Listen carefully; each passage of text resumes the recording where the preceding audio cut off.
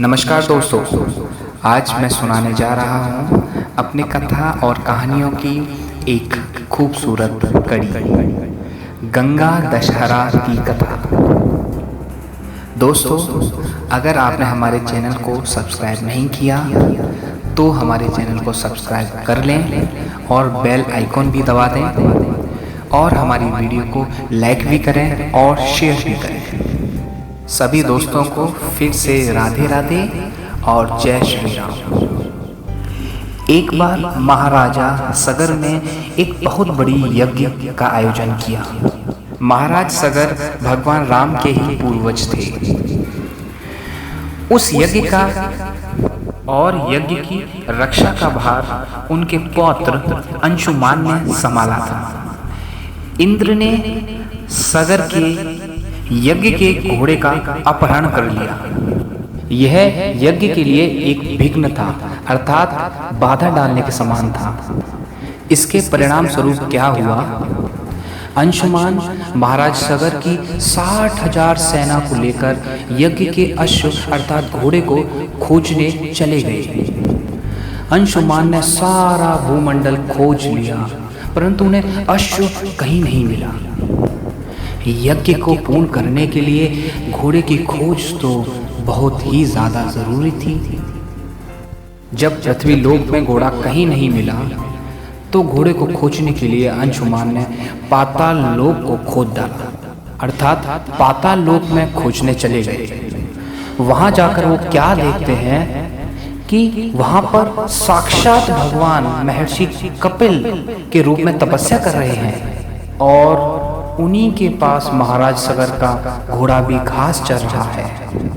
जिस घोड़े की खोज में सारी सेना परेशान हो गई थी और मारी मारी फिर रही थी, उस घोड़े को अपनी आंखों के सामने देखकर सेना से रहा नहीं गया और वे सब चोर चोर करके चिल्लाने लगे। इस चिल्लाने से महर्षि कपिल की समाधि टूट गई। ज्यों ही महर्षि ने इतनी सारी सेना को देखा, उन्होंने उन सबको श्राप दे दिया। कहते हैं उनकी एक आग्नेय नृत्य खुल गई और जैसे ही ऐसा हुआ, सारी की सारी सेना वहीं जलकर भस्म हो गई। वो सेना और कोई नहीं, महाराजा सगर के ही घर के ही लोग थे सारे। और महर्षि के श्राप के अनुसार इन सभी लोगों का उद्धार नहीं हुआ, ये वहीं की वहीं थे। काफी समय बाद महाराजा सगर के वंश में ही महाराज दिलीप पैदा हुए और फिर उनके पुत्र भगीरथ आए।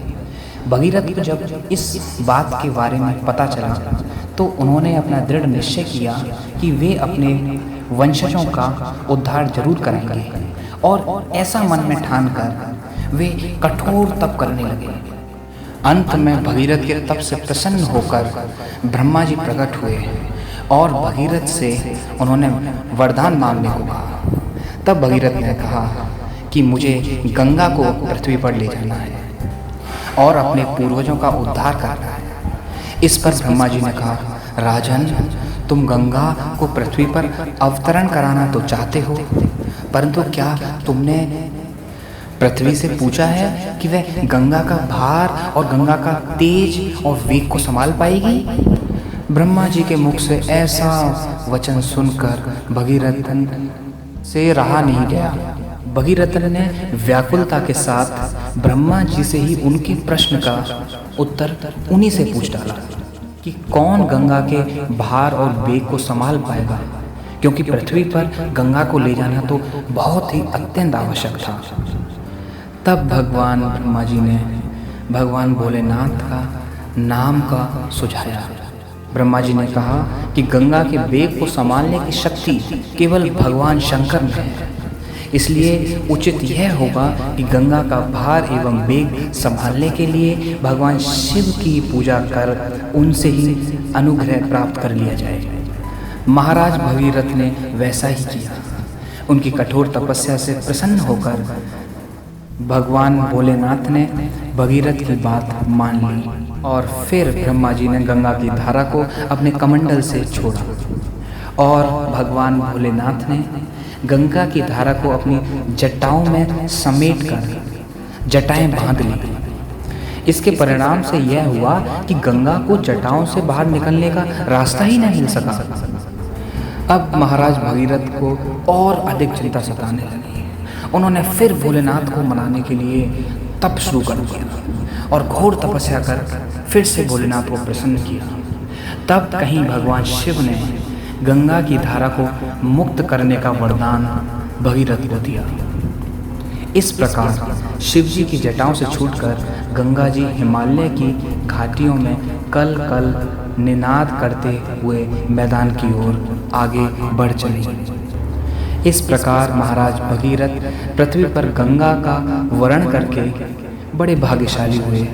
उन्होंने पहले अपने पूर्वजों का उद्धार किया और फिर जनमानस का भी उद्धार किया। युगों युगों तक बहने वाली गंगा की धारा महाराज भगीरथ की कष्टमयी साधना की गाथा कहती है। गंगा प्राणी मात्र को जीवन दान ही नहीं देती, मुक्ति भी देती है। और यही कारण है कि भारत तथा विदेशों तक गंगा माँ की महिमा गाई जाती है। शास्त्रों में कहा गया है कि भगवान विष्णु के चरणों से निकली और शिव की जटाओं में लिपटी गंगा के जल में डुबकी लगाने से मनुष्य को विष्णु और शिव का आशीर्वाद एक साथ प्राप्त होता है।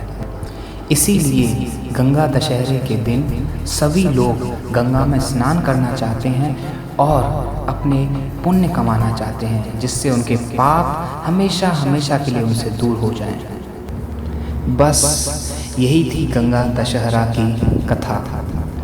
दोस्तों, मुझे उम्मीद है कि आपको ये कथा अच्छी लगी होगी, इसलिए आप इसे लाइक करें और हमारे चैनल को सब्सक्राइब भी कर लें ताकि आपको जल्द से जल्द वीडियो मिल पाए।